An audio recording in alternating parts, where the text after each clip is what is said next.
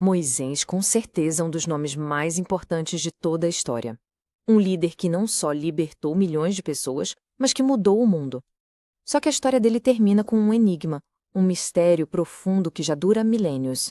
Pois é, essa é a grande pergunta que a gente vai tentar responder aqui. É um mistério que mistura fé, um ato de desobediência e, no fim, um ato de proteção divina. Então, vamos lá. Para a gente conseguir entender o segredo por trás da sepultura dele, primeiro a gente precisa dar uma olhada na jornada de vida dele, que foi assim extraordinária. E tudo começa lá no Egito. É ali que acontece uma reviravolta daquelas, que transformou um príncipe no maior profeta que o seu povo já viu. A vida de Moisés, sério, deu um giro de 180 graus. Imagina só, de uma vida de príncipe, de luxo, ele vira um fugitivo no meio do deserto. E foi justamente lá, vivendo como um pastor, já com 80 anos de idade, que ele recebeu o chamado de Deus. Um chamado que mudaria a história para sempre. E a tarefa não era pequena, não. Era algo monumental. Pensa só, liderar um povo inteiro para fora da nação mais poderosa do mundo naquela época. E tudo isso foi marcado por milagres incríveis, né? As 10 pragas, a abertura do Mar Vermelho, tudo mostrando o poder de Deus agindo através dele.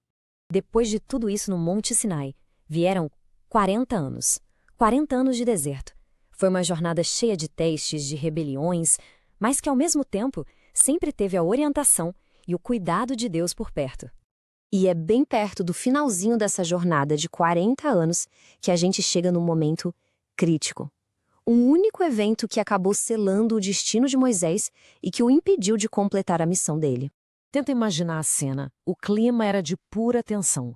O povo já estava exausto, morrendo de sede e completamente revoltado com Moisés. A pressão em cima dele era gigantesca. E a paciência, né? Depois de décadas ouvindo queixa, já estava por um fio. E aqui a gente vê o contraste é gritante. A ordem de Deus foi simples. Era um teste de fé. Era só para ele falar com a rocha. Mas a reação de Moisés, que estava consumido pela raiva, foi de força, de frustração. Ele bateu na rocha. Então, o ponto central aqui é que não foi só um ataque de raiva, sabe? Foram, na verdade, 3 erros de uma vez só.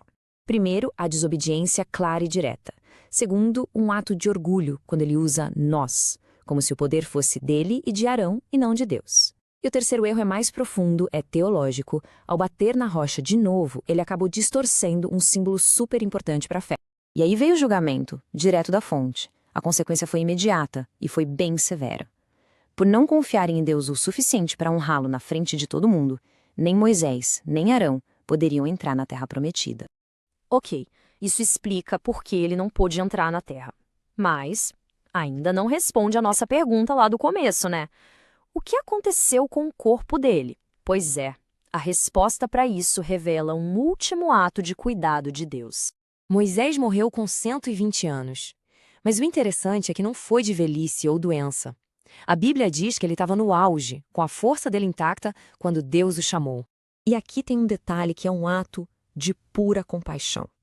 Antes de Moisés morrer, Deus permitiu que ele subisse no monte e visse com os próprios olhos a promessa cumprida, a terra pela qual ele lutou a vida inteira. E é aqui que o mistério finalmente se resolve. O próprio Deus enterrou Moisés e escondeu o lugar da sua sepultura.